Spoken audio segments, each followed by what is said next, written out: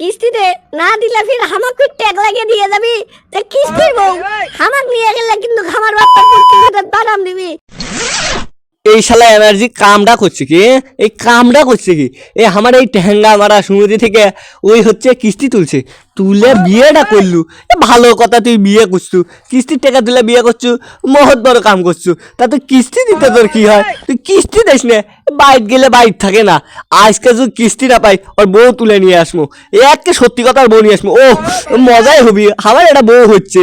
ওই ফ্রি বাংলায় এটা যদি বউ পাওয়া যায়, মানুষ কিস্তির টাকা দিয়ে তুললো বউ, আমি সেটা ফ্রি বাংলায় পাচ্ছি। আব্বা করছে, আব্বা আমার বিয়েটাও দেয়নি। যাই হোক, কিস্তির টাকা যেহেতু বউ, না না না, আজকে এনার্জি তো ছাড়লে হচ্ছে না।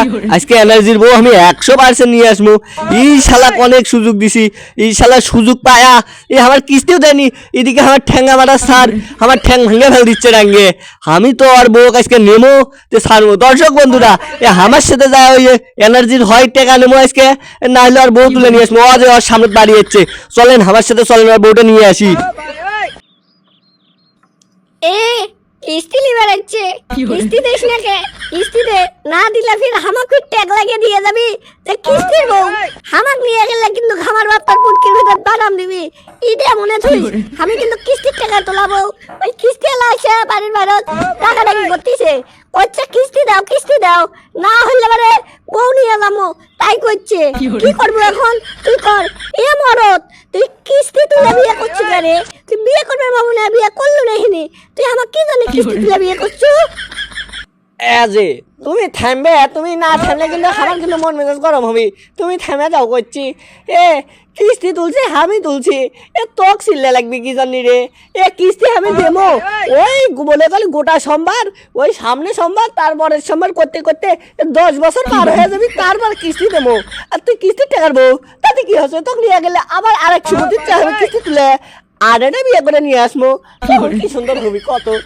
দুইটা কিস্তি যখন পরবার 2 সুমতি এলা আসবি, তখন বলে কর আরেক সুমতি কবি যে আর কিস্তির বউ নিয়ে তোমার নিয়ে যা পালবি ফিরিতে। এক কিস্তির বউ দেবো, ওই কিস্তির বউ আজকে নিয়ে আসবো, কালকে আরেক কিস্তির টাকা তুলে দেব না, এই কিস্তির বউ নিয়ে যাবি, ওইটা টাকা দিয়ে ফির ওইটা নিয়ে আসবো।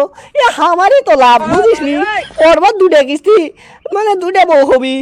যাও রে শালা, তুই কামটা করছু কি রে? তুই কামটা করছু কি? তুই কিস্তি দিব না? আমি যা তোর কিস্তির মাস্টারও কয়ে দিচ্ছি রে, তোর খবর খারাপ করবি।